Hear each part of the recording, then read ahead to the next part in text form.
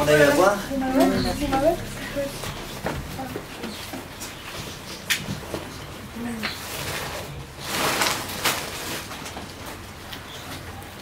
Alors, Shalom Obracha.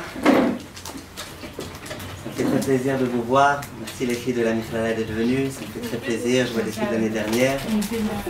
Et vous dites, elle est venue, je vois Madricha, Baruch Hashem. Et je remercie ma maman d'être venue m'honorer et honorer ma belle-mère. Elle est venue depuis Artroma, vous pouvez l'applaudir.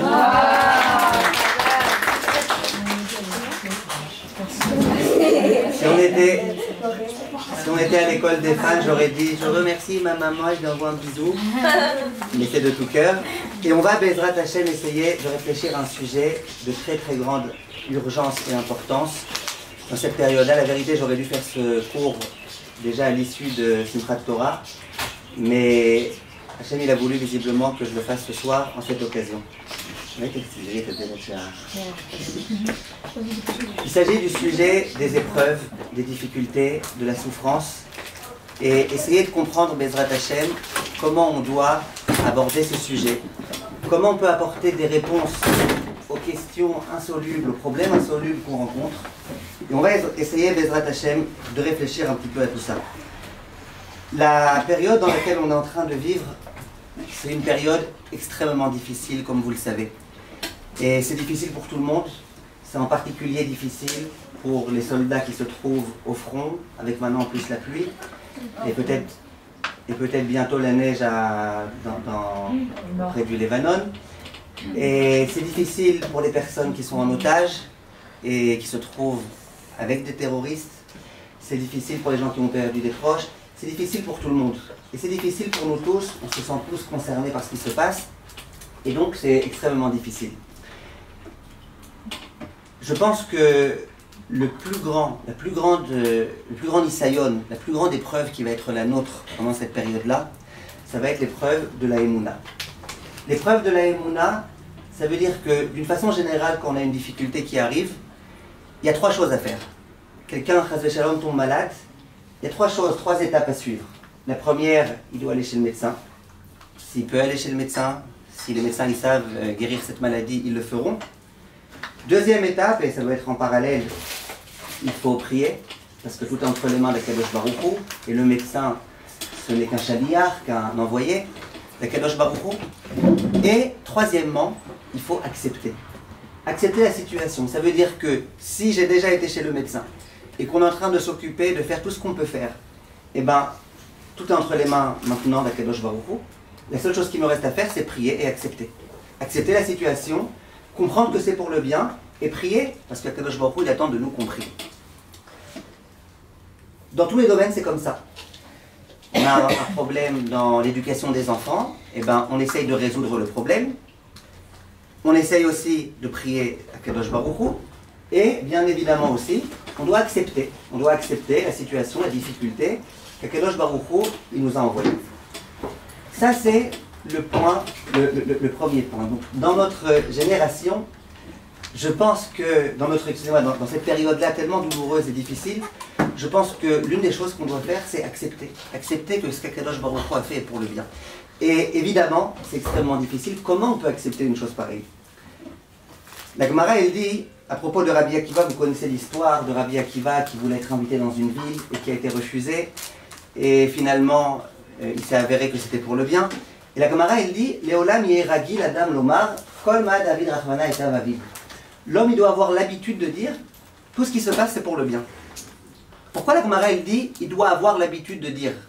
Dit le Ben Ishraï, si on dit il doit avoir l'habitude de dire, ça veut dire visiblement que beaucoup de fois dans sa vie, il a des difficultés. Il est confronté à des difficultés auxquelles il va devoir dire tout ce qu'Hachem fait pour le bien. Dit le Ben Ishraï, et là se trouve la grandeur.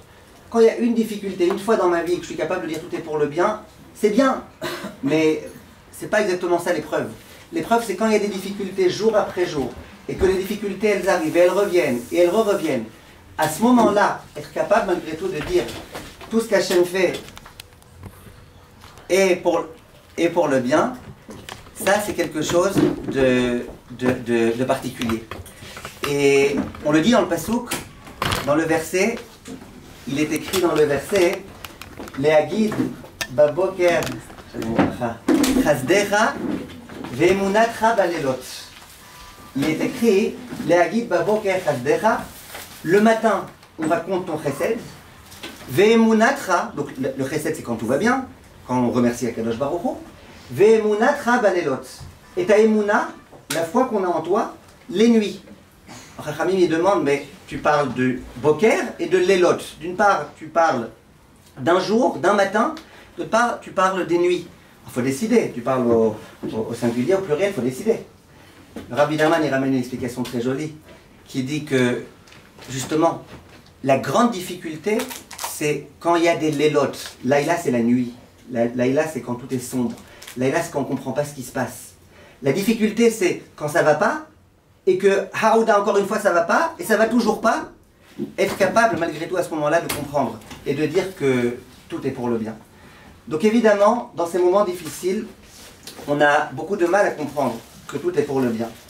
Simplement, il faut qu'on sache que de deux choses l'une, soit on croit en Dieu, soit on ne croit pas. Les gens qui se plaignent beaucoup, il y a une table si vous voulez, les gens qui se plaignent beaucoup, qui se plaignent, et qui voudraient même faire peut-être des procès à Dieu ou quelque chose comme ça, ben, moi j'ai l'habitude de leur dire de deux choses l'une. Vous croyez ou vous ne croyez pas. Si vous n'y croyez pas, pourquoi vous vous plaignez à Dieu? Et si vous y croyez, eh ben vous y croyez. Donc en d'autres termes, est-ce que tu t'adresses à Dieu ou est-ce que tu lui dis adieu? Et c'est à toi de décider ce que tu souhaites. Et ça c'est l'une des difficultés qui va être la nôtre, d'être capable d'accepter les difficultés telles qu'elles sont. La vérité, c'est qu'il y a des difficultés, il y a des questions. Notre cerveau, notre intellect, il est incapable de comprendre ce qui s'est passé durant ce Simchat Torah. Il est incapable de comprendre ce qui se passe tous les jours. On ne peut pas comprendre. Trop difficile à comprendre, et on doit avoir l'humilité de dire qu'on ne comprend pas. La Gemara, elle raconte dans Masechet Kiddushin d'Af Lamed Tet qu'il y a un homme qui s'appelle Acher, qui a très très mal tourné. Et l'une des raisons pour lesquelles il a mal tourné, la Gemara elle raconte, elle dit c'est parce qu'un jour, il a vu une scène qui était trop interpellante, trop difficile à comprendre. La scène, vous la connaissez, c'est un père qui donne l'ordre à son fils d'aller accomplir la mitzvah de Shiluach Haken. Shiluach Haken, je vous rappelle, c'est chasser la mère quand elle couve ses œufs ou les oisillons. Et c'est une mitzvah au sujet de laquelle il est écrit dans la Torah que celui qui l'accomplit, il aura le droit à la longévité. Mais d'autre part, au moment où on accomplit les ordres de nos parents, Kibud Orim, il y a aussi écrit dans la Torah qu'on aura le droit à la longévité. Le petit jeune, il monte, il accomplit la mitzvah comme il se doit, et finalement, il tombe et il meurt. Alors, Acher, il dit, ça je ne peux pas accepter. Il est en train d'accomplir la mitzvah de Kibud Orim qui promet, qui assure la longévité. Il est en train d'accomplir la mitzvah de Shiluach Haken qui assure la longévité. Il y avait Yerushalayim, un rav qui est décédé il y a quelques années. C'était un rav qui était très compétent dans tout le domaine de Shiluach Haken. Il a même écrit un livre au sujet du Shiluach Haken. Il s'appelle le Rav Schwartz. Et toutes ces journées, enfin toutes ces soirées plutôt, c'est la nuit qu'on fait cette mitzvah, et ben il faisait plein de Shiluach Haken. Il était très connu en Israël pour être Monsieur Shiluach Haken. Il est décédé finalement, il est mort à l'âge de 99 ans. J'allais dire c'est normal, un œuf et un œuf. Mais longévité. Et là, ce petit jeune, il monte et il se casse la figure. Bizarre. Vient la Gemara et dit, mais en fait, a priori, il avait raison de s'étonner. La Torah, elle ne peut pas se désavouer. La Torah, elle ne peut pas se contredire. Comment c'est possible? Et la Gemara, elle dit, non, lui, il a très mal compris le pshat. Quand on te dit qu'on aura droit à la longévité, c'est la longévité dans un monde qui est éternel, à savoir l'Olam Haba. Celui, effectivement, qui accomplit la mitzvah d'honorer ses parents et de Shiluach Haken, eh ben, il aura le droit à une vie éternelle dans le Olam Haba. Voilà comment un homme qui avait des questions, des problèmes auxquels il n'avait pas de solution, ben malheureusement, il a blasphémé, malheureusement, il a abjuré et il a tout laissé tomber. Des questions, on en a. Mais c'est pas parce qu'on a des questions qu'on doit dire, ben, visiblement, voilà, le bon Dieu, il a vieilli, comme il y en a qui ont dit dans l'histoire. Non. Kadosh Baruch Hu, il est là, Iné lo yanum velo ishan shomer Israël, il est là, il était là, il sera toujours là, à chaque instant il est avec nous. Et c'est Akadosh Baruch Hu qui décide de ce qu'il doit faire et de ce qu'il pense qui est bon à faire. Et nous, on n'a rien à dire. Chachamim, ils disent, et les Rishonim, le Ramban en l'occurrence, il insiste sur ça, qu'il y a une question qui est la question du tzaddik veralo, racha vetovlo. Comment ça se fait qu'il y a des tzaddikim qui ont une vie amère, difficile, et qu'il y a des rechaïm qui, eux, Baruch Hashem, tout va bien pour eux? Si on veut étendre la question, comment ça se fait que quelquefois, les peuples ennemis, ils ont une très grande réussite, et que nous, qui sommes un peuple de tzaddikim, quelquefois, on vit un tellement grand échec? Comment comprendre une telle chose? Le Ramban, il dit que l'une des raisons qui a causé le plus d'assimilation au sein du peuple juif, c'est cette question-là. Il y en a des questions. On peut se poser plein de questions.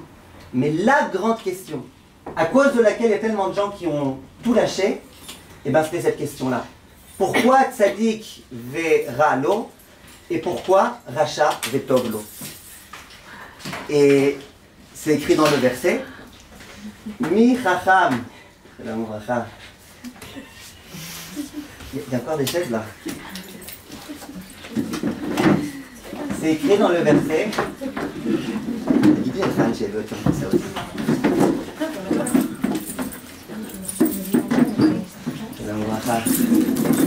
Venez, venez.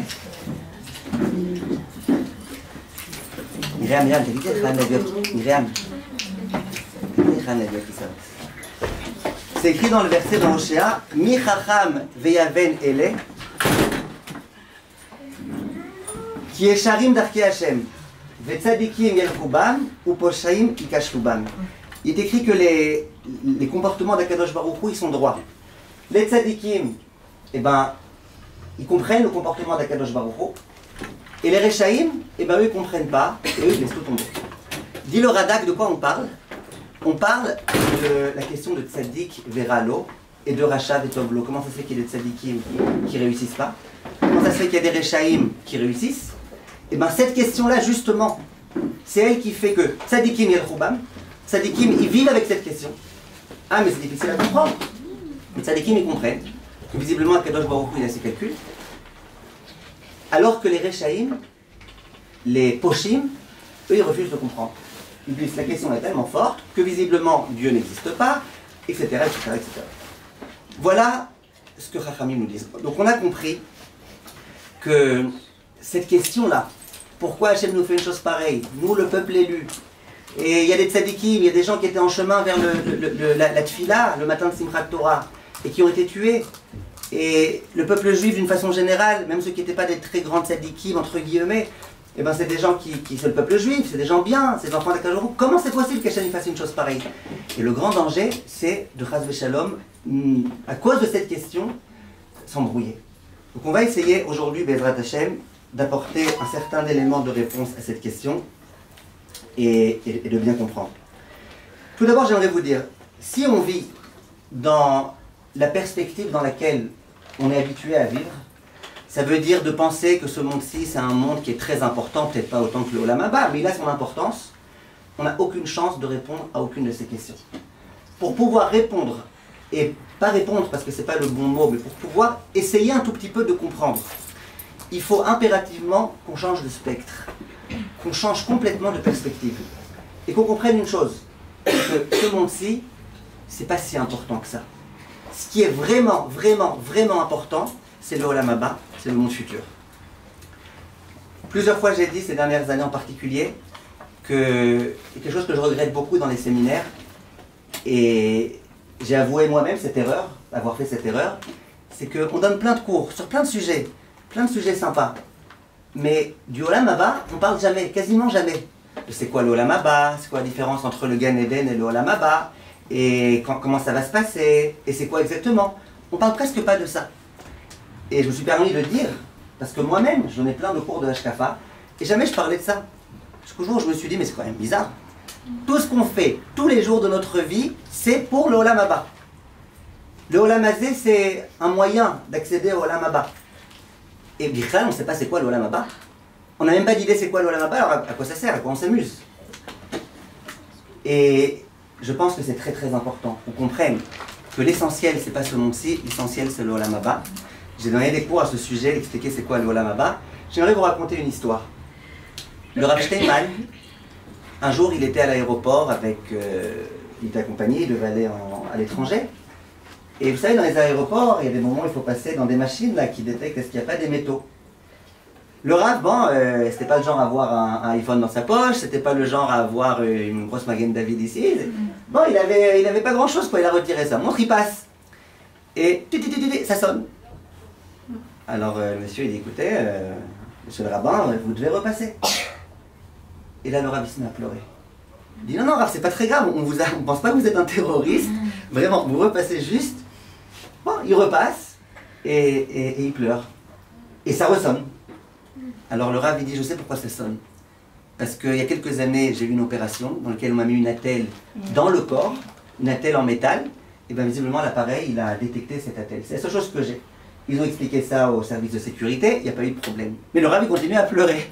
Alors ils lui ont dit, Rav, qu'est-ce qui se passe? Ça va, on a compris d'où il vient le problème. À Kol Besséder, vous avez dérangé quelqu'un de devoir repasser 2 fois. C'est pas très grave, il vous a pardonné volontiers, pas de problème. Le Rav, il dit, mais non. Si cet appareil-là, il a été capable de sonder au plus profond de mon corps, quelque chose que personne ne connaissait, même moi je l'avais oublié, et cet appareil-là électrique, il a été capable de voir ça, dans le Olam Haba, quand Kadosh Baruch Hu, il verra, il se rappellera de tous mes comportements et mes agissements, j'ai peur. Et le Rav, il était profondément angoissé de ce qu'il allait faire au Olam Haba. Le même Rav Steinman, il y avait un organisme de chesed, Koupat Ashrona peut-être, ou un autre, je ne sais pas exactement, qui un jour est venu voir le Rav Steinman.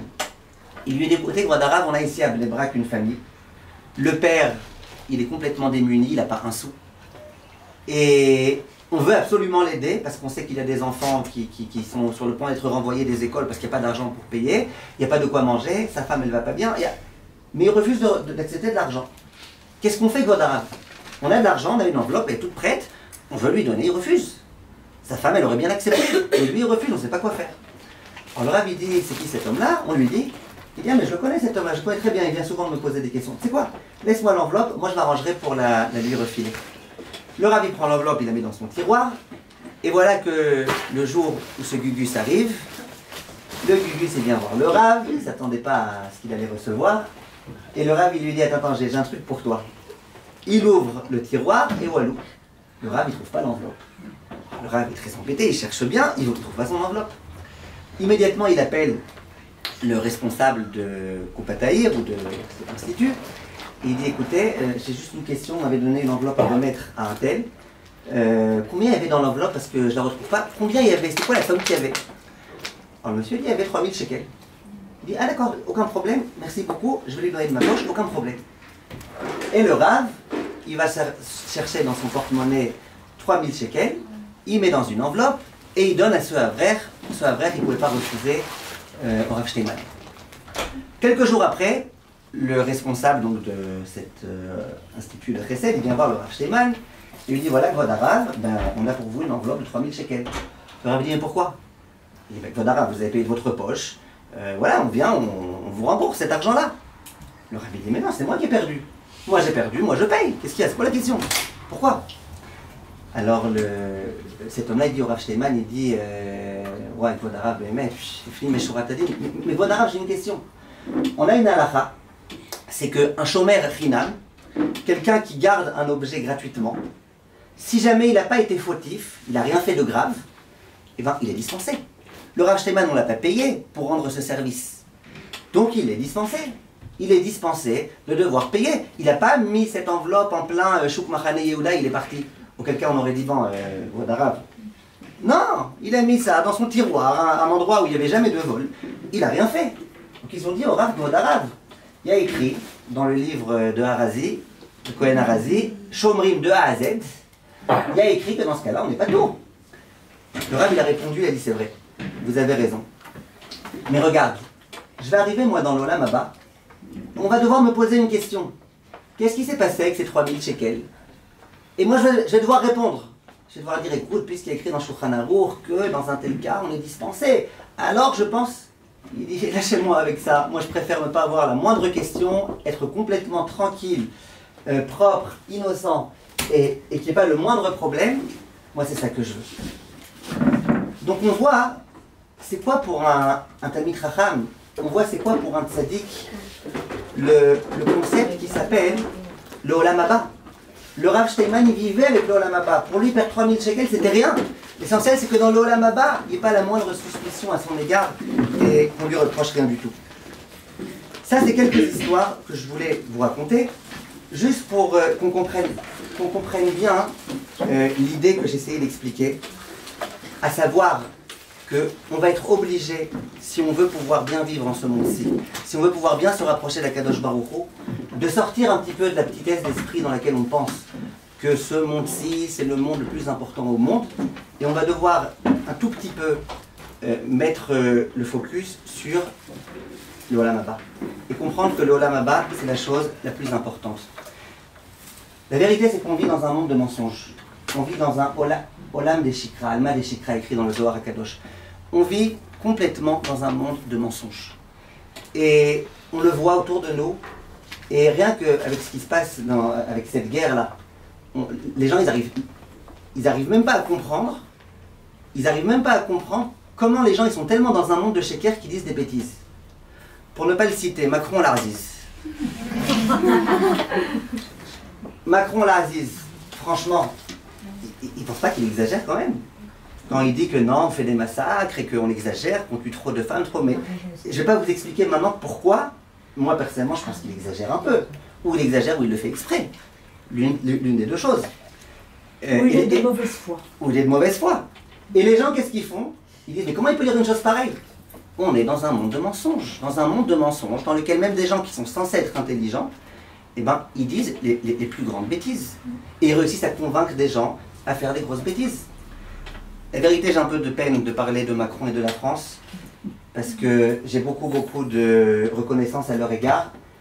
Ils se sont tellement identifiés à Paris, excusez-moi, à Israël, qu'ils ont créé une rue pour se rappeler de tous les missiles qu'on se reçoit, la rue de la Roquette. Et donc, on va pas exagérer en parlant d'eux. Mais regardez un petit peu, je ne sais pas si vous avez vu ces images. Hachem Yerachem, Hachem Ishmor, ces images-là, de gens, entre guillemets, juifs religieux, avec le Streimel et les péotes, qui dans tout type d'endroits dans le monde, ils ont été faire des manifestations pro-palestiniennes. J'espère que vous n'avez pas vu ces images-là. Et j'espère surtout que le monde tout autour, il est capable de comprendre qu'on a affaire à des malades mentaux. On n'a pas affaire à des juifs religieux, on a affaire à des assassins. Même le Hadmor de Satmar, Satmar, c'est pas celui qui est le plus pour la Médina d'Israël, c'est le moins qu'on puisse dire. Même le Hadmor de Satmar, il a dit, mais c'est des malades mentaux, ils sont complètement malades, ils n'ont rien compris à la Torah. Et c'est ça qui se passe quand on n'a pas de Rav. On peut faire les plus grandes bêtises. Le monde du mensonge. Et va essayer d'expliquer à quelqu'un, impossible. Dans le monde de mensonges dans lequel on est, qu'on le veuille ou non, on est un petit peu influencé. Voire même beaucoup. On est influencé. Et donc, puisqu'on est influencé, eh ben, on vit dans cet état d'esprit dans lequel on pense que ce Olam Hazé c'est le plus important, l'argent c'est ça qui fait le bonheur, et etc., etc. Et nous, ce qu'il faut qu'on essaie de comprendre, c'est que ce n'est pas le cas. Alors j'aimerais, Bezrat Hashem, avancer un petit peu et rappeler un certain nombre de points. Le Ramban, au tout début de Yov, vous connaissez le Sefer de Yov. Yov, c'était vraiment l'emblème de l'homme qui a souffert, qui a terriblement souffert, qui a gravement souffert. Le Ramban, dans son introduction très très belle, il dit un certain nombre de points. Et il dit, j'aimerais vous lire dans les mots quelques points. Velachen at-tzadik gamour. Il dit le tzadik gamour. Donc le tzadik vraiment quasiment irréprochable. Même lui. Chez Yera lo achet akal, ça peut lui arriver de fauter. Ve'avar bezadon, misvot boreux, ça peut lui arriver de faire des fautes.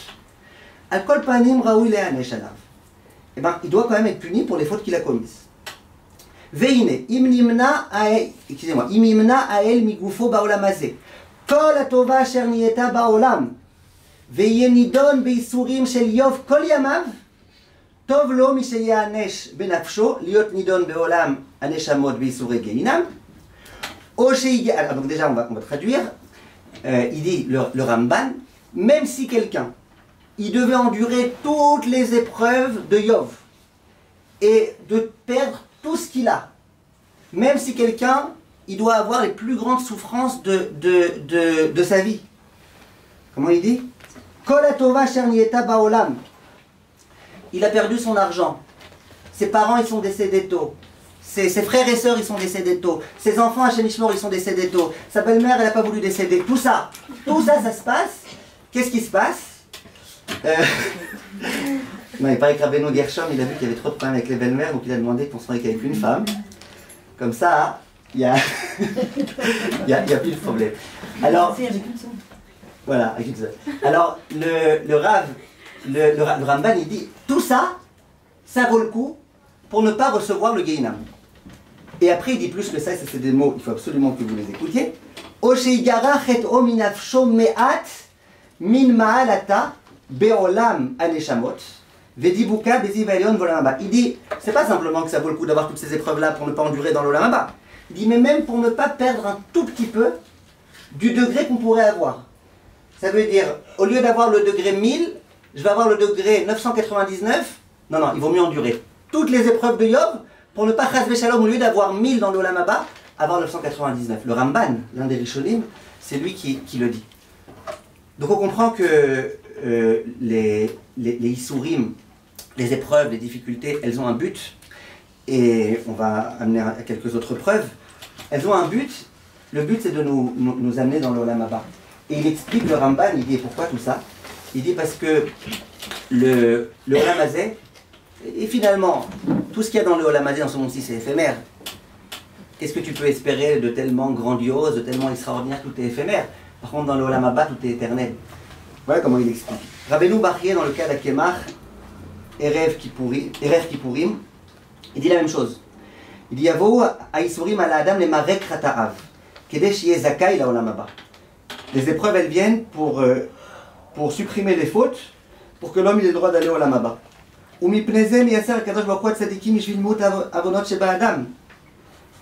Et pareil, il explique.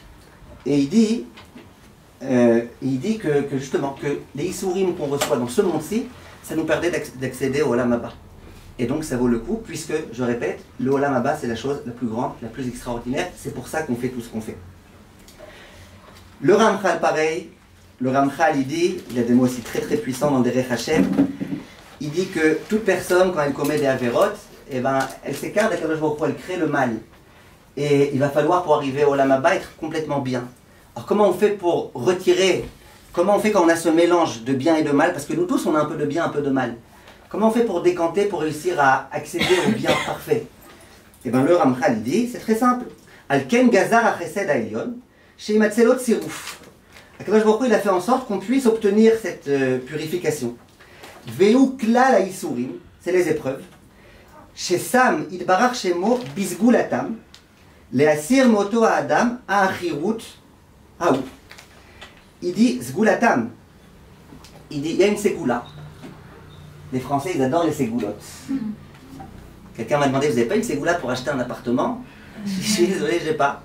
Il répète, vous n'avez pas une ségoula pour acheter une dira? J'ai pas. Il dit, mais s'il vous plaît, à la fin il m'a souri, je lui ai dit, écoutez, le jour où on aura une ségoula pour acheter un appart, on te le dira.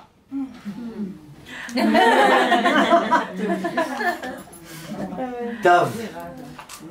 Alors, non, en hébreu, elle n'a aucune chance de comprendre. D'accord? Alors, c'est quoi la ségoula des Issourim? C'est d'effacer les fautes.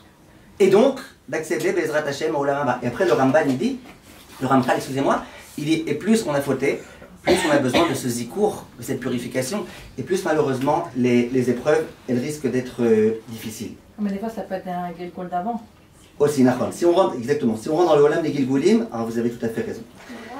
Juste, alors si on dit que plus il a fait de fautes, plus il va avoir d'épreuves. Alors du coup, les Shaim qui ont fait le plus de fautes, bah souvent on dit que c'est ceux qui ont le moins d'épreuves. Très bien, je vais arriver à ça, vous avez posé une très très bonne question. Très très bien. Le Kuzari, il dit quelque chose aussi de très intéressant. Il dit, on voit que le monde il est organisé. Qu'on le veuille ou non, le monde il est très organisé. Et le Kuzari passe en revue. Il dit le bébé, dès qu'il naît, il a de la nourriture qui est prête, et sa maman elle a de quoi lui donner. Tout le monde, il est complètement organisé. Quand on voit combien le monde est organisé, on comprend qu'il y a un créateur qui s'est préoccupé de tout organiser. Du coup, quand on voit des choses désorganisées, on comprend bien qu'il y avait une intention. Et que c'était l'intention d'Akadosh Baruch Hu. Et le Rav, il dit Vechen yaase betzarot akolelot. Alors le Rav, il dit, quand il y a un problème qui arrive, le Kuzari, il est premièrement, il faut comprendre que Akadosh Baruch Hu qui fait en sorte que le monde il soit ordonné, visiblement, c'est que ça fait partie de l'ordre, qui nous dépasse puisqu'on n'est que des humains et pas des dieux, et pas un dieu. Il y a en dehors de ça, il faut se dire, deuxièmement, que ça permet d'effacer les fautes, et donc de pouvoir accéder au Olam Haba. Et là, il dit, ça c'est vrai pour les épreuves de chaque particulier, mais c'est vrai aussi pour les épreuves du Tzibour. Et les mots qu'il emploie, dans le Klal Gimel, Mamar Gimel, il dit quand il va y avoir des choses qui vont embrouiller le cœur de l'homme, combien l'exil il dure, ou Pizur Aouma, et le fait que le Ham Israël il est complètement dispersé, ou Mashigia Alea Me'adalut Ve'amiut, Itnachem Trila Betsiduk Adin Kasher Amarti. D'abord il doit se dire ce qu'Hachem fait, c'est bien.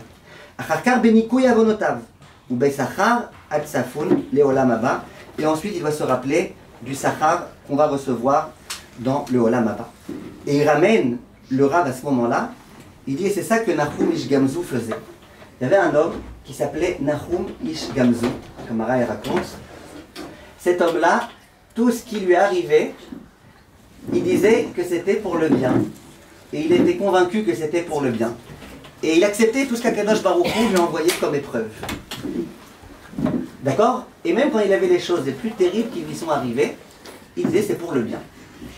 Donc un jour il y avait un garçon Breslev qui sort en chidour. Et donc il était bien habillé et tout, avec son beau chapeau, sa belle cravate, sa belle veste et tout, il était en chidour. Et puis à un moment donné, le pauvre malheureux est en train de parler avec la fille, et il y a un pigeon qui a fait caca sur lui. Alors lui il est comme ça, tout pauvre malheureux et tout. Et il dit, bon, tout ce qu'Hachem fait est pour le bien. Et à ce moment-là, il dit à sa peut-être Kala, je dis bien peut-être, il dit à sa peut-être Kala, il dit la vérité, comment Hachem fait bien les choses. Heureusement que les vaches, elles sont pas d'elle. La fille, elle lui a dit, je vais te chercher un mouchoir, et elle est toujours pas revenue. D'accord? Même quand ça va pas, même quand rien ne va, eh ben, tout est pour le bien, voilà. Il y a un oiseau, heureusement que les vaches, elles n'ont pas d'aide. Donc, ça c'est Nahum Ish Gamzu. Tout ce qui se passe, il dit que c'est pour le bien. Les gens, souvent, ils se plaignent. Ils se plaignent des difficultés qu'ils ont. Ils se plaignent que pas tout est toujours facile. Mais c'est quelque chose de pas mal. Quand, par exemple, dans un couple, on apprend à dire que tout ce qui se passe est pour le bien, c'est quelque chose qui peut beaucoup, beaucoup aider. J'ai l'habitude de dire aux calottes que pourquoi le jour de leur mariage, elles s'habillent toutes en blanc. Parce que c'est le jour le plus heureux de leur vie. Et je ne dirai pas pourquoi les khatanim s'habillent en noir, on passe à la suite. Non, parce que les khatanim aussi ils se plaignent. Les khatanim ils se plaignent, ma femme elle est ceci, elle est cela. Un jour moi j'ai dit à un khatan, écoute, sous la coupa t'as cassé le verre. Il me dit, mais bien sûr, je suis religieux. Je dis, tu casses, tu payes. Tov. Alors, tout ça pour vous dire que tout ce qui se passe, il faut comprendre que c'est pour le bien. Et c'est pour le Olam Haba. Un tout petit mot, si vous le voulez bien, sur le Olam Haba. Un tout petit mot. Le Rambam, il explique dans Pirouche à Mishnayot, il dit le Olam Haba, on n'a aucune façon de pouvoir comprendre, exprimer de quoi ça a l'air. Décrire de quoi ça a l'air, c'est impossible. Il dit même les Nevi'im, même les prophètes, ils n'ont pas réussi à comprendre c'est quoi le Olam Haba. Il dit pourtant les prophètes, ils ont réussi à comprendre c'est quoi Yemot HaMashiach. Quand on nous parle de la période du Mashiach, on nous dit qu'il n'y aura plus de guerre à ce moment-là. On nous dit qu'à l'époque du Mashiach, le lion il se trouvera à côté de la brebis, le loup à côté de la brebis. On dit qu'à l'époque du Mashiach, il n'y aura plus de concurrence. À l'époque du Mashiach, eh ben, on sera tous amis les uns les autres. À l'époque du Mashiach, il est écrit qu'il n'y aura pas de problème de Parnassa. Il est écrit qu'à l'époque du Mashiach, il y aura de la profusion partout. Partout, ça veut dire que quand tu voudras une dame proute, tu la ramasses par terre, elle est là. Et si un jour tu as besoin d'un peu de terre ou de poussière, tu vas devoir bouger toute la Damroute pour prendre un peu de poussière. Ça va être comme ça le Mashiach. Ça, on est capable de décrire. On est capable. Voilà, je vous ai fait là une petite description, on est capable. Mais par contre, le Olam Haba, personne au monde n'est capable de comprendre c'est quoi le Olam Haba. Personne. Personne au monde. Et le Rambam, il dit pourquoi. Comment ça se fait? Les Nevi'im, pourtant, ils étaient capables de comprendre. Ou alors, tu sais quoi? T'as qu'à me dire ça va être le Olam Hazé en 1000 fois mieux, en 1 million fois mieux. Il dit c'est impossible. Le Rambam, il donne une image très très très très belle. Il dit c'est comme si vous voulez apprendre à un aveugle c'est quoi la couleur rose. Aussi les Marseillais, rose. Apprends-lui c'est quoi le rose, vas-y, dis-lui. Alors c'est rose, c'est pas exactement comme rouge, tu vois, c'est un petit peu entre le rouge et le... Il faut comprendre, il sait pas c'est quoi le rouge, il sait pas c'est quoi la couleur, il n'a même pas la moindre idée de c'est quoi une couleur. Il sait pas c'est quoi une couleur. Va lui expliquer c'est quoi le rose. Impossible. N'est-ce pas comment on dit une manifestation d'aveugles? Le festival de Cannes. Alors, je vous laisse 20 secondes pour la comprendre. Alors, on va expliquer les blagues. Qu'est-ce qui veut expliquer les blagues? Alors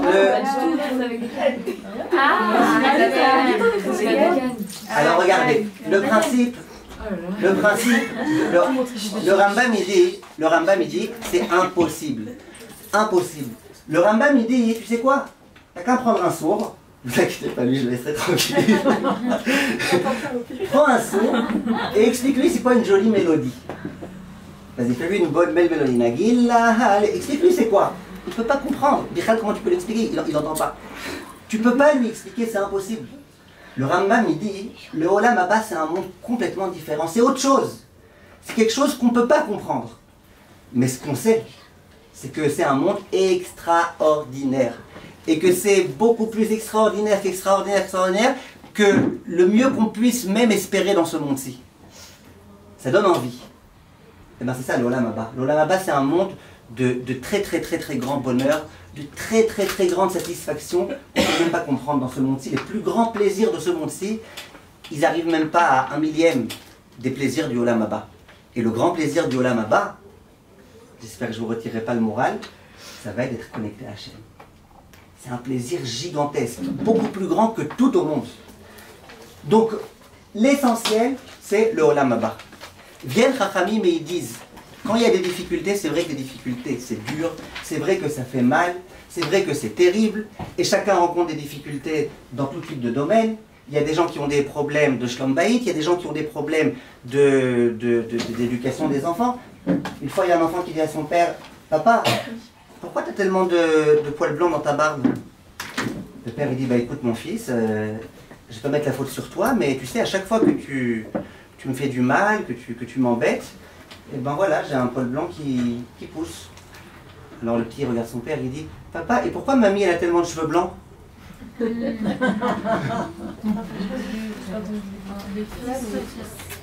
Alors, je vais m'a raconté, vous voulez dire. Alors regardez, les gens ont des difficultés dans tous les problèmes.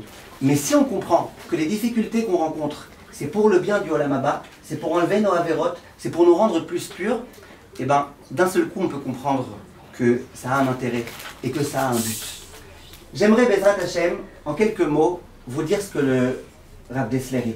Le Rav Dessler, dans Michtav Meliaou Chelek Aleph, page 19, je pense que c'est lui qui a le mieux décelé le problème de Tzadik Véral. Et le Rav Dessler, il dit les choses suivantes. J'aimerais, Bezrat Hashem, vous lire quelques mots du Rav Dessler, parce que je pense que c'est vraiment très très très très très important. Il dit, toute personne qui a de la Emouna, il comprend que l'essentiel c'est l'Olam Haba. Pour lui, c'est déjà un postulat de départ. Toute personne qui a de la Emouna comprend que l'essentiel c'est le Olam Haba. Il dit, maintenant il y a des personnes quand même qui ont des questions, et qui disent, c'est vrai que le Olam Haba c'est un monde, mais le Olam Hazé aussi c'est un monde. Donc, question, si le Olam Hazé c'est un monde, pourquoi Hachem il nous fait souffrir dans ce monde-ci? Dit le Rav Dessler que parmi ces gens-là, donc, qui ont conscience que l'Olam Haba c'est un monde, mais qui pensent que l'Olam Hazé aussi c'est un monde, il dit, il y a une question qui se pose. c'est quoi la question? C'est pourquoi Hachem il fait des souffrances.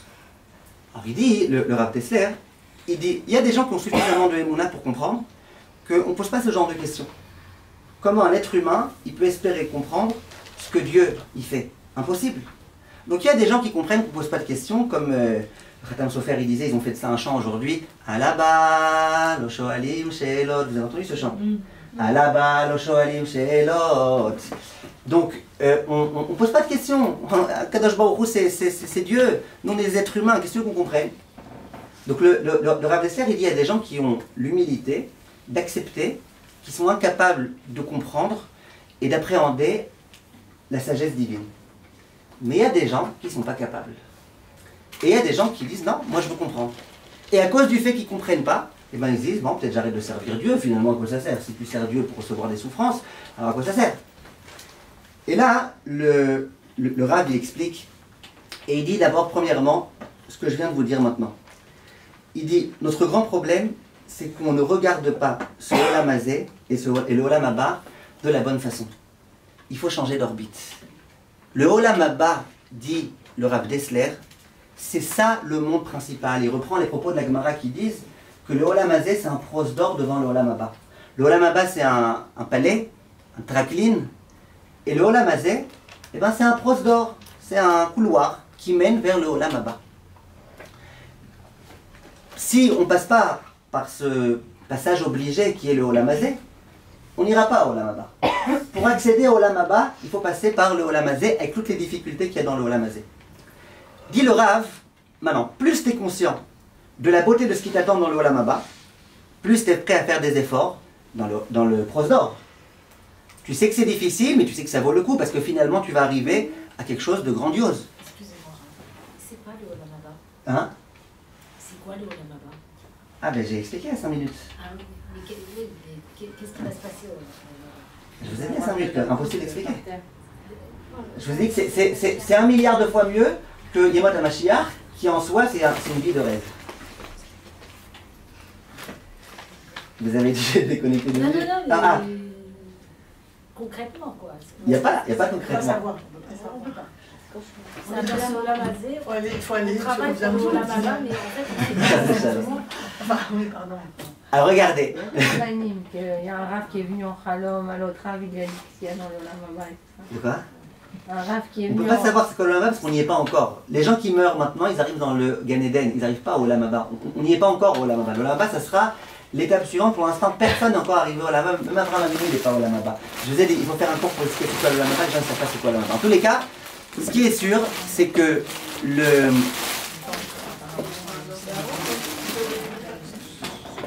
Alors on fera un cours une fois à Bezrat Hashem sur c'est quoi le Gan Eden, c'est quoi le Olam Haba, c'est quoi Triat Hametim, parce que les gens ils savent pas malheureusement. En tous les cas, j'essaie juste de... Oui, Alors, j'ai pas compris, le Olam Haba, c'est ce qu'il y a après la mort ou c'est ce qu'il y a après Mashiach? ce qu'il y a après Mashiach. Ah, Ce qu'il y a après Mashiach, après la résurrection des morts. Maintenant regardez, donc le Rav Dessler, il dit plus tu es conscient de la beauté de ce qui t'attend plus tard, plus tu seras prêt à faire des efforts. Je vous donne un exemple. Je vois que certains d'entre vous sont peut-être un peu fatigués, j'imagine. Imaginez qu'à la fin du cours, je vous dise, regardez, il y a un endroit, bon, il faut quand même voyager 3 bonnes heures de voiture, mais il y a un endroit, je peux vous dire exactement l'endroit, vous allez là-bas, vous cherchez bien un endroit que je vous indiquerai, là-bas il y a un trésor, il y a 250 000 euros. Est-ce que l'une d'entre vous va me dire, écoutez, Raph, je suis un peu fatigué, dîner d'air demain? Non, franchement, à votre rire, je vois que non. On a imaginé que je vous dise, j'ai oublié une précision importante, c'est que cet endroit, c'est 3 rue Mustapha, en plein Gaza. Vous y allez ou... Vous envoyez votre belle-mère. Non. D'accord? Vous n'allez pas aller là-bas. Pourquoi? Parce que ta vie, elle est plus importante que cette chose-là. Alors maintenant, regardez. Le Rav Dessler, il dit, plus tu es conscient que la finalité elle est importante, plus tu es prêt à faire des efforts. Vient le Rav Dessler et il dit, or, le Olam Haba, c'est quelque chose de très, très, très, très grand. Et donc, ça vaut le coup même de souffrir ici pour arriver au Olam Haba. Le Rav Dessler, il continue et il dit, un prose d'or, excusez-moi, un traklin sans prose d'or, ou un prosdor sans tracline, excusez-moi, un prosdor sans tracline, ça vaut rien. Si tu as un couloir qui mène à rien, bah, il ne sert à rien le couloir. Le couloir, pourquoi? Pour aller nulle part. Le couloir, il sert parce qu'il te permet d'accéder quelque part. Donc, si quelqu'un, il pense que ce monde-ci, c'est un monde en tant que tel, et qu'il est déconnecté du Olam Haba, bah, ça ne sert strictement à rien. Bien, le Rav Dessler, il dit, ce monde, il n'a de but, et ça, il faut qu'on rentre ça, nous tous, dans notre tête, tous les jours, parce que notre Yetzirah, il nous le fait oublier. Ce monde-ci, c'est un monde qui n'a de sens que parce qu'il nous permet d'accéder au Olam Haba. Ce monde-ci, en tant que tel, c'est pas un monde, c'est zéro. Ce monde, il n'a de sens que parce qu'il nous permet d'accéder au Olam Haba. Que parce que grâce à notre vie dans ce monde, on peut accomplir des mitzvot, on peut se connecter à Kadosh Baruch Hu, on peut aider les autres, on peut faire du bien autour de soi. C'est juste pour ça que ce monde, il a un but et il a un sens. Comme ça, le Rav Dessler explique. Il dit, et sortons de notre esprit que ce monde, ouais, je vois bien que l'Olam Haba c'est bien, mais ce monde-ci aussi c'est hyper important. Ce monde-ci, il n'a aucune importance si ce n'est le fait qu'il nous permette d'arriver au Olam Haba. Maintenant, le Rav, il dit, et on va arriver à votre question, Lorraine, c'est ça, Lorraine? Aurèle. On va arriver à votre question tout de suite. Le Rav, il dit, le Rav Dessler, il dit la chose suivante. Il dit, alors comment ça se fait qu'il y a des gens qui sont punis alors qu'ils sont tzadikim, des gens qui ne sont pas punis? Il dit, comment ça se fait, comment ça marche tout ça? Alors le Rav, il dit la chose suivante. Il dit, l'homme, pour qu'il puisse accéder, Bezrat Hashem, au Olam Haba, eh ben, il faut qu'il ait le droit à ce Olam Haba. Ça veut dire quoi? Quelque chose qu'on devrait expliquer en 1 heure, que je vous dis en 1 minute.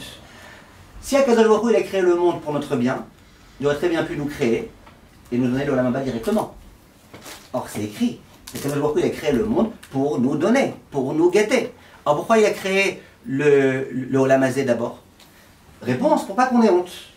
Si jamais dans ce monde-ci, si jamais on arrivait directement qu'on recevait un cadeau qui était non mérité, on aurait honte. Pour pas qu'on ait honte, Hachem, il nous aime tellement qu'il veut qu'on mérite le cadeau. Comme ça, on arrive en haut, je le mérite. N'est-ce pas? Ça, c'est ce que tous les Chachamim expliquent. Donc, il faut qu'on le mérite. Et plus on le méritera, plus on aura une part importante dans le Olam Haba. Et on n'aura pas honte. Vient le Ramchal et il dit la chose suivante. Il dit, c'est un peu comme un enseignant. Un enseignant à l'école qui a un élève. Je parle d'un enseignant bien, digne de ce nom, d'un enseignant qui mérite d'être enseignant. Il a un élève. Son élève, il fait une bêtise. L'enseignant, il va le disputer. Pourquoi il va le disputer? Parce que comment t'as osé me faire ce que... Non, il va le disputer parce qu'il pense que si l'élève il continue comme ça, il va mal finir.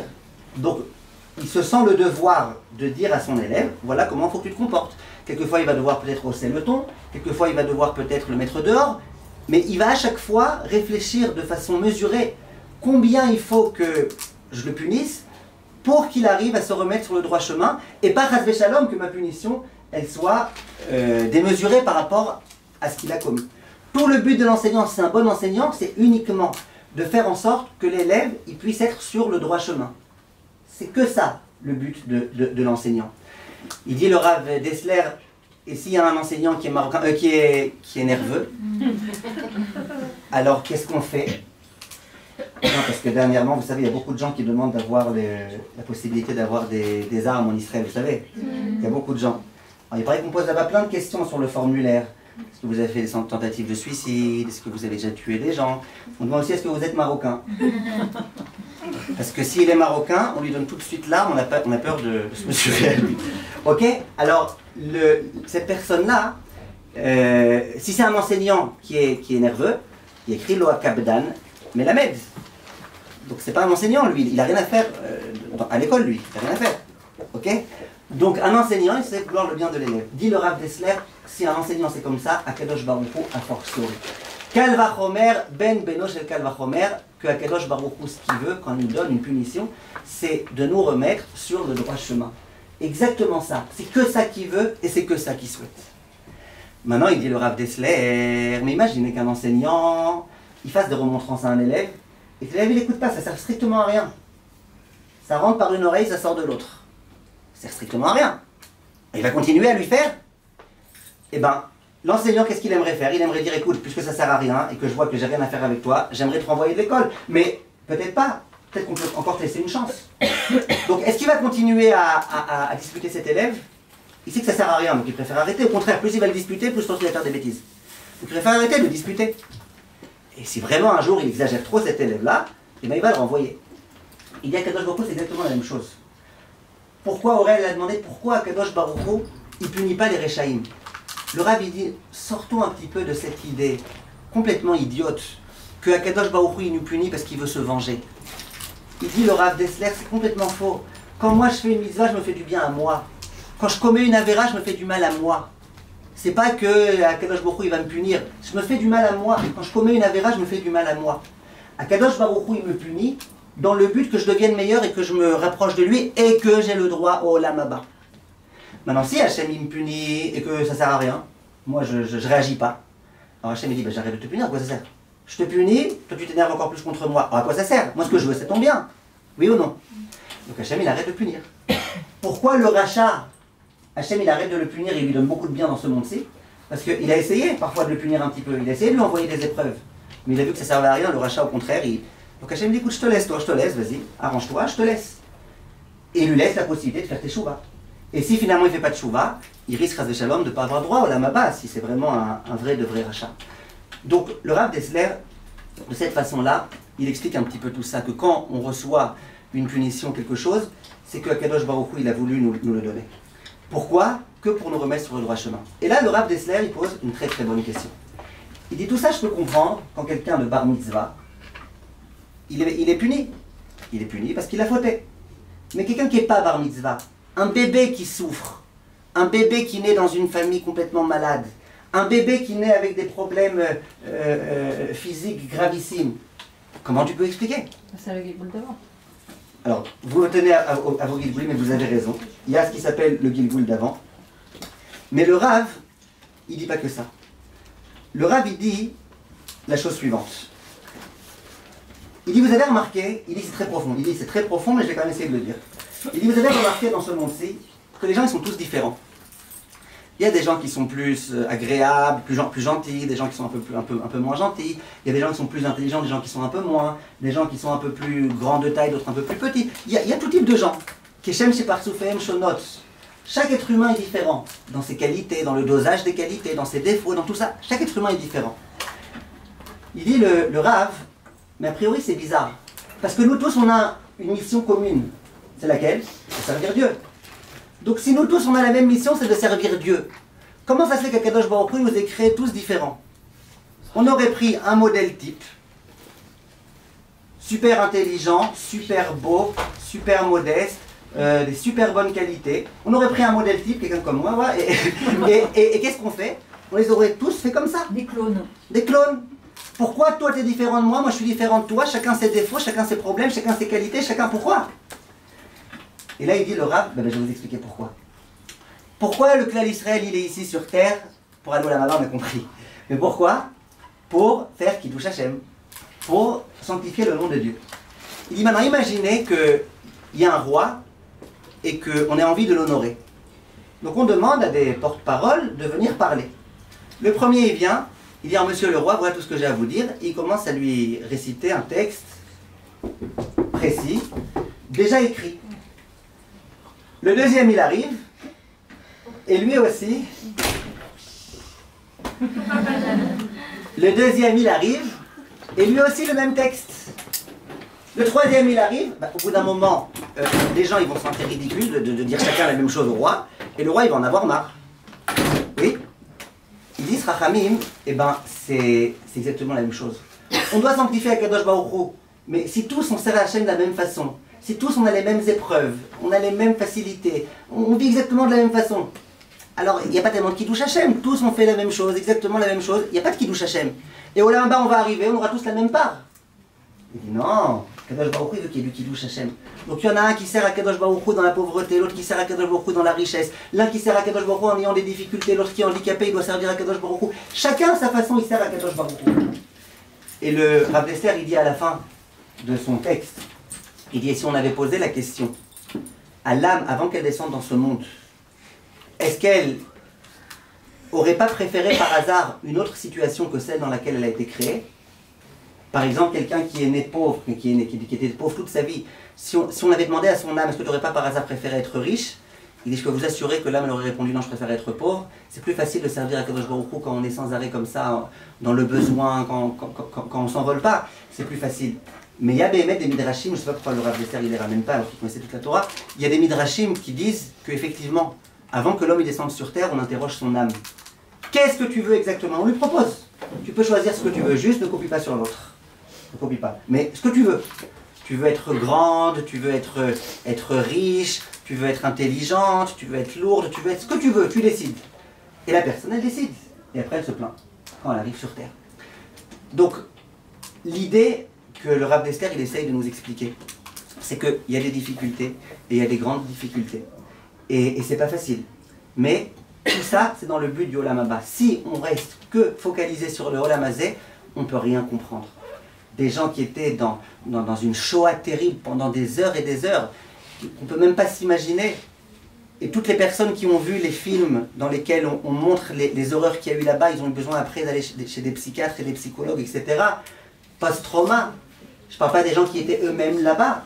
Et évidemment qu'il ne faut pas regarder ce genre de films et ce genre de petites choses. Mais c'est terrible, terrible, terrible, terrible. On ne peut même pas comprendre, on ne peut même pas réaliser ce qui s'est passé là-bas. On ne peut pas réaliser. Et pourtant, ça s'est passé. Maintenant, alors quoi? Si on reste connecté sur ce monde-ci, ouais, ben ça vaut pas le coup. Ça vaut pas le coup. Ce monde-ci, ça vaut pas le coup. Il y a plusieurs parents qui ont eu leur fille ou leurs fils qui ont été pris en otage. Et puis à un moment donné, ils ont entendu qu'ils sont morts. Il y a des parents qui ont osé dire, je ne sais pas comment ils ont eu ce courage, mais je peux comprendre, qui ont osé dire, la vérité, ça nous rassure de savoir qu'elle est morte. Ça nous rassure, au moins elle n'est pas entre ces terroristes-là qui va savoir s'ils sont en train de la violer ou de la je sais pas quoi, de la tuer, de lui faire du mal, Au moins je sais qu'elle est morte.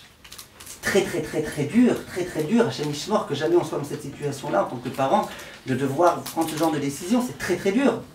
Mais c'est des choses graves qui se sont passées, c'est des choses qui sont inimaginables. Si tu te concentres que sur ce monde-ci, peut-être que ça vaut pas le coup, voilà. Eux ils disent ma fille elle est morte, voilà. Dans ce monde-ci, ça vaut pas le coup. Ça vaut pas le coup dans ce monde-ci qu'elle vive pour être avec des terroristes et après, même si elle est libérée, elle va savoir combien d'années de thérapie elle va avoir besoin de faire. Mais si tu comprends que le but c'est le Olam Haba, eh ben, souffrir dans ce monde-ci, même souffrir beaucoup, même souffrir de façon gigantesque, en quelque sorte, ça vaut le coup. C'est dur à dire, c'est très dur à dire. Mon mari disait ça. Hein? Mon mari disait ça quand il était malade. Il dit si les gens ils savaient à quel point les souffrances c'est bien, Nahon. on les demanderait, mais on n'a pas le droit de les demander, mais plus on a des souffrances et plus la part là-haut elle est mieux. Nahon. Donc ce que je veux dire, c'est que si on veut essayer de se rassurer un petit peu, et de comprendre qu'il y a un but, de comprendre qu'il y a quelque chose, eh ben, il faut comprendre que dans ce monde-ci, parfois il y a des difficultés terribles. Mais c'est pas ce monde-ci le principal, c'est le Olam Haba. Et plus on souffre dans ce monde-ci, plus on arrivera pur dans le Olam Haba. Et ces personnes, par exemple, qui sont mortes, alors qu'elles étaient en train de danser, de faire tout type de choses, ces personnes-là, c'était terrible pour elles. Vous imaginez, c'était en train de danser, c'était en train de kiffer. D'un coup, il va y avoir des terroristes, c'était en train de s'enfuir, ils ont essayé de faire machin, il y en a qui se sont cachés des heures et des heures, c'est terrible. C'est terrible. Mais grâce à ces souffrances-là, eh ben, ces personnes-là, elles arrivent en haut, elles arrivent au Olam Haba, plus elles sont mortes, elles Kiddush Hashem, donc elles arrivent dans un endroit très particulier en haut. Et voilà comment des personnes qui peut-être, elles n'auraient pas mérité une grande part de Olam Haba, parce qu'elles n'étaient pas suffisamment dans la Torah, et bien maintenant elles sont mortes, elles Kiddush Hashem, ou elles ont souffert, même celles qui ne sont pas mortes, elles ont souffert à Kiddush Hashem. Et ben, tout ça, c'est Mechaper, tout ça, ça expie beaucoup de fautes. Et chacun à sa façon, il a servi à Kadosh Baruch Hu. Chacun à sa façon, chacun de la façon dont il doit. Juste pour un tout petit peu corroborer les propos, il y a un rab qui s'appelle le Etz Yosef. Le Etz Yosef, il dit quelque chose, vous n'allez pas me croire. Il dit, quand Moshe Rabbeinu il pose la question à Kadosh Baruch Hu, il dit, pourquoi il y a un tzadik vetovlo, un tzadik veralo, un racha vetovlo, un racha veralo? Ouais, Moshe Rabbeinu il fait toute la phrase. J'ai pas compris, la question de Moshe Rabbeinu c'est pourquoi il y a un tzadik vetovlo? Non, c'est normal. Pourquoi il y a un rachat veralo? Ça c'est normal, oui, vous êtes d'accord avec moi ou pas? Vous suivez? La question c'est pas ça. La question c'est pourquoi il y a un tzaddik veralo et pourquoi il y a un rachat vetovlo, n'est-ce pas? Le Etz Yosef dit mais pas du tout. Et il ramène le Midrash. Le Midrash il dit que quand Yaakov et Esav étaient dans le ventre de leur mère, nous y sommes dans les parachiotes, et ben ils ont fait un deal les deux. Yaakov il a dit à Esav, écoute mon frère, si tu veux toi tu prends le Olam Hazé, moi je prends le Olam Haba. Et Esav il a accepté. Le Midrash dit que plus tard il va le regretter, mais en tous les cas, il a accepté. Donc Esav, lui, il mérite l'Olam Hazé. C'est sa part. Le Olam Haba, c'est la part du juif. Le Olam Hazé, c'est la part de Esav. Donc Moshe Rabbeinu dit, mais je comprends pas. Comment ça se fait qu'il y ait des tzadikim vetov lahem ba'olam hazé? J'arrive pas à comprendre. Le tzadik, il n'est pas censé avoir une vie facile ici, il est censé avoir une vie facile dans le monde futur. Explique-moi, Hachem. Et Racha Veralo, il ne comprend pas non plus. Comment ça se fait qu'il y a un Racha qui, dans ce monde-ci, ça marche pas? Peut-être que c'est peut-être pas un vrai tzaddik, c'est peut-être pas un vrai Racha. D'accord, ça c'est déjà peut-être dans la réponse, mais c'est très beau comment il explique. C'est-à-dire, il veut dire que la question Bichlal, c'est tout l'inverse de ce qu'on pense. Que le tzaddik, il ait des difficultés dans cette vie, dans tous les domaines de sa vie, c'est normal. Pourquoi c'est normal? Parce que c'est comme ça qu'il arrivera au Olam Haba. Tout l'inverse de ce qu'on peut penser. Dernier point, on peut se demander, ok, mais quand même, des gens qui meurent tellement jeunes, des pauvres petits soldats de 18 ans, 19 ans, 20 ans, 21 ans qui mettent leur vie en danger, qui meurent chez Mishmor, c'est terrible. Alors quoi? Alors là, j'aimerais juste vous citer une phrase. Le Rambam, il a écrit une lettre à son fils, le Rambam. Et dans sa lettre, il écrit quelque chose de très puissant. À nouveau, dans ce monde-ci, on ne peut pas comprendre ça. On peut comprendre ça que si on est dans une perspective de Olam Haba. Il dit Ashrei mi shetamu yamav bimhera. C'est le Rambam, l'un des Rishonim. Il dit heureux celui, Ashrei c'est heureux celui, shetamu yamav bimhera, qui finit sa vie rapidement, qui meurt jeune. Uma yitron le adam. À quoi ça sert de vivre 1000 ans? S'il a réussi à faire ce qu'il avait à faire, qui revienne à l'endroit duquel il venait. Ça veut dire la raison pour laquelle on vit ici, c'est pour être mashlim, ce qu'on a à être mashlim, pour réussir à parfaire tout ce qu'on a à parfaire, pour réussir à se réaliser complètement. Il y a des gens, ça leur prend 80 ans de se réaliser, d'autres gens, ça leur prend 50 ans, il y en a, ça leur prend 20 ans de se réaliser. C'est comme ça. Ne pensons pas qu'un soldat qui meurt au combat, il est mort parce qu'il était au combat. Ça, c'est les non-juifs qui peuvent penser ça. Nous, en tant que juifs, on a bien compris que non. Un soldat, il est mort au combat parce que Kadosh Baruch Hu, il avait décidé à Rosh Hashanah que cette année, ça y est, c'était fini, il avait fini ce qu'il avait à faire. Il devait mourir. Simplement, il a eu le mérite de mourir à Kiddush Hashem, de mourir en protégeant son pays. Mais ne croyons pas que Hashem, il n'avait pas prévu qu'il meure et bon, voilà, le Hamas, il a contredit Dieu. On est suffisamment mature pour comprendre que c'est pas ça. Donc il y a des gens, voilà, des gens qui en 19 ans, ils ont réussi à faire ce qu'ils avaient à faire. D'autres, ils ont eu besoin de 20 ans. Le Rambam, il dit à quoi ça sert de vivre 80 ans? Si tu peux en 20 ans réussir à faire tout ce que tu as à faire, et ben voilà, au bout de 20 ans, tu reviens. Alors bien sûr que c'est très dur pour les familles, et c'est une épreuve insupportable, et c'est très très dur. Mais sortons un petit peu du sentiment de la famille et des gens qui sont autour. Regardons le bien d'une personne qui a réussi à réaliser ce qu'elle avait à réaliser. Ben, il n'y a pas tellement de quoi s'inquiéter pour cette personne-là. On s'inquiète surtout pour nous. J'aimerais terminer en vous disant un tout petit point. Qu'est-ce qu'on a à faire? Qu'est-ce qu'Hachem il attend de nous?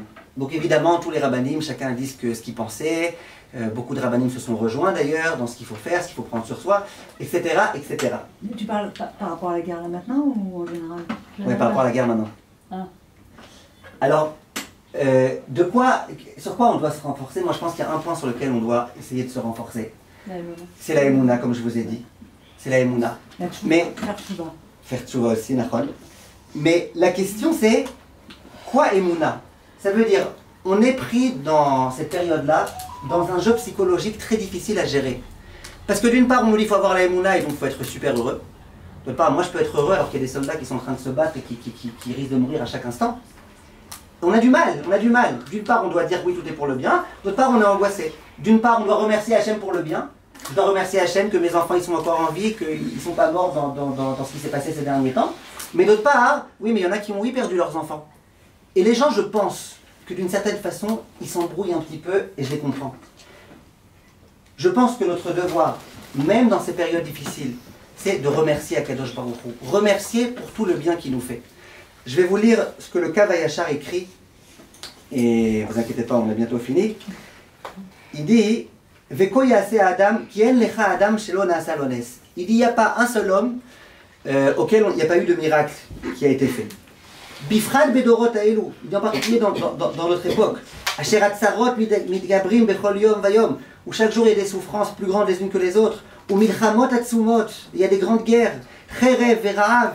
il y a des épées, il y a la famine, matzor ou matzok, cholaim rabim, il y a beaucoup de maladies. ומי אשר העיר עליו הקדוש ברוך הוא חוט של חסד והצילו מכל הפגמים, יהיה לו לזיכרון תמיד חסדי השם. Il dit si quelqu'un, Baruch Hashem, il n'est pas mort, Baruch Hashem, ses enfants ils n'ont pas été pris en otage, Baruch Hashem, il n'a pas eu besoin de fuir sa maison et il peut rester encore chez lui à la maison, et il n'est pas malade et il n'est pas mort pendant le Covid-19, et franchement c'est qu'il a passé le parcours du combattant. C'est qu'Hachem, il a quand même eu du chesed pour lui. Et il est en bonne santé en plus, et en plus il a un peu de parnassa, il a tout ce qu'il faut. Il dit, le Kavayachar, qu'est-ce qu'il doit faire cet homme-là? Il dit, eh ben, il faut remercier Akadosh Baruch Hu. Velo liot mikfui tova. Velo zu bilvad, et la kol mi asher mashpia la Akadosh Baruch Hu shefa shel bracha shezacha leshev bebeto. Écoutez les termes. Il dit, toute personne qu'Akadosh Baruch Hu il a gratifié, et il lui a donné la possibilité, leshev bebeto beashket ou bebitra, de se trouver chez lui, tranquillement, ou parnasato isdura, il a la parnassa, sarich iten shvar veodaya la makom alzot, velo likrot kalkugana. Après il y a des gens, ils font l'inverse, ils ont tout le bien du monde et ils passent leur temps à se plaindre. Il dit nous c'est l'inverse, on doit remercier Akadosh Baruch Hu pour tout le bien qu'on a. Alors c'est vrai que les Français ils aiment bien se plaindre, ça se trouve même dans l'hymne national française, rallons enfants de la patrie. Mais il faut essayer, Bezrat Hashem dit le Kavayachar. Toi, Baruch Hashem, tu vas bien? D'accord, il y a les soldats et tout. Je comprends, et effectivement, il faut prendre à cœur, effectivement, il faut prier pour eux. Mais j'ai une petite question. Est-ce que vraiment tu remercies pas Hashem parce que tu as beaucoup de peine pour les soldats? Pourquoi hier soir tu as été au restaurant? C'est quand la dernière fois que tu as prié, quand tu as entendu, que tu as pleuré quand tu as entendu qu'il y a un soldat qui est mort? L'autre me dit non, moi je peux pas pleurer, c'est pikuach nefesh. Je risque de me dessécher. Non, tu pleures pas, tu fais ta vie normalement, et tu dis pourquoi je remercie pas Hachem pour le bien que j'ai, parce qu'il y a des soldats qui sont en train de mourir. J'exagère. Donc il faut bien qu'on essaye de comprendre. C'est sûr qu'il faut être nosé beol im chavero, c'est sûr qu'on doit consacrer plusieurs bonnes minutes par jour pour prier, pour ressentir la souffrance des captifs, pour ressentir toute la difficulté qu'il y a, et qui est celle du clan d'Israël. Mais ce qu'Hachem attend de nous, remercions pour le bien. Hachem il nous fait du bien. Et pour tout le bien qu'il y a, on doit remercier. Et ça, c'est ce que je pense que tous les juifs d'Israël, de France, doivent savoir. En France, c'est pas plus facile qu'en Israël. En France, ils ont tous très peur. En France, il y a beaucoup d'agressions. Il y a des choses très graves qui se produisent. Il y a beaucoup de menaces. Je crois que vous êtes au courant autant que moi. Et les Français, ils ont eux aussi très peur. Ils ne savent pas qu'est-ce qui va être le devenir de la France. Ils sont très angoissés. C'est vrai.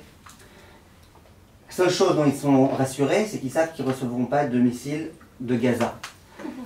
Parce qu'il y a tellement d'Arabes là-bas que ça ne vaut pas le coup pour eux. Alors, les Français, ils ont peur. Et il paraît même qu'un jour, il y a Biden qui a été voir une voyante, et Macron il l'a accompagné. Alors la question c'était quel est le devenir de notre pays dans 10 ans. Alors la voyante elle regarde, elle parle à Biden, au bout de 30 secondes elle dit ben, il y aura beaucoup de richesse, beaucoup de prospérité, beaucoup de bonheur, beaucoup de bonnes choses. Bref, Biden est tout content, Macron il prend la parole, il dit et moi? Elle regarde comme ça, 1 minute, 10 minutes, un quart d'heure, Macron il perd patience, il lui dit mais vous pouvez me dire s'il vous plaît? Il dit je sais pas, attendez, c'est moi encore un peu. Au bout d'un moment, elle dit « Je suis désolé, je ne comprends pas l'arabe. » Les Français, ils ont peur. Maintenant, tout Français qui ne s'est pas fait agresser aujourd'hui dans la rue, il sait que c'est un miracle. Tout Israélien qui sait qu'aujourd'hui, on est encore en vie, nous, le clan d'Israël, il sait que c'est un miracle. Pour ça, on ne remercie pas. Je pense que c'est notre devoir de remercier Akadosh Baruch Hu. Nachon, on prie aussi pour le bien des autres, mais on doit remercier, et je pense que c'est le devoir qui est le nôtre, et qu'il faut qu'on se renforce absolument dans toutes ces choses-là. Ce soir, on s'est retrouvés pour parler de ma belle-mère Aléa Shalom. Comme vous savez, j'aime beaucoup les belles-mères. Et ma belle-mère, Zichrona Livracha Chana Bat Miriam, j'ai pas eu le mérite de la connaître. Je l'ai connue, je l'ai vue un petit peu quelques fois, mais elle est décédée avant qu'on se marie. Et de ce que j'ai vu les fois où je l'ai rencontrée, de ce que j'ai entendu d'elle, de ce que j'ai entendu de sa fille, C'était une femme qui a eu beaucoup d'épreuves dans sa vie, énormément d'épreuves, depuis son plus tendre âge jusqu'à son décès à un âge très tôt. Et toute sa vie, elle remercie Akadosh Baruch Hu. Toute sa vie, elle faisait comme si tout allait bien, et visiblement c'est qu'elle le sentait. Elle déchargeait complètement ses enfants quand elle devait aller faire des chimiothérapies les dernières années et tout. Ses enfants ils étaient déjà adultes. Elle les déchargeait complètement, tout va bien, ne m'accompagnez pas, vous allez à l'école, faites ce que vous avez à faire, j'ai pas besoin, je m'en sors très bien. Je me rappelle quand l'année où elle est décédée, le rabbin Touitou, il avait pris la parole et il avait dit le matin, elle avait déjà la maladie qui était complètement répandue de l'un des côtés. Elle devait conduire qu'avec une seule main, elle pouvait conduire qu'avec une seule main. Avec une seule main, elle devait conduire, les vitesses et tout. Et avec une seule main, elle accompagnait malgré tout ses enfants à l'école. Et quand on lui demandait, mais bon, tu t'en fais pas un peu trop, elle avait dit qui aime Yamenu vorech Yamenu. C'est ça notre vie. Notre vie c'est la Torah, notre vie c'est nos enfants, notre vie c'est que nos enfants ils puissent grandir Bezrat Hashem. Donc je pense que ce sujet-là c'est le sujet qui lui correspondait le mieux. Elle a tout fait, toujours, pour accepter les épreuves. Et Baruch Hashem, si elle a eu une fille de cette qualité-là, c'est que elle a su affronter les épreuves de sa vie. Voilà, je vous remercie à vous toutes d'être venues. Et pour la je vous remercie au nom de ma femme aussi. Allez, des bras forts s'il vous plaît.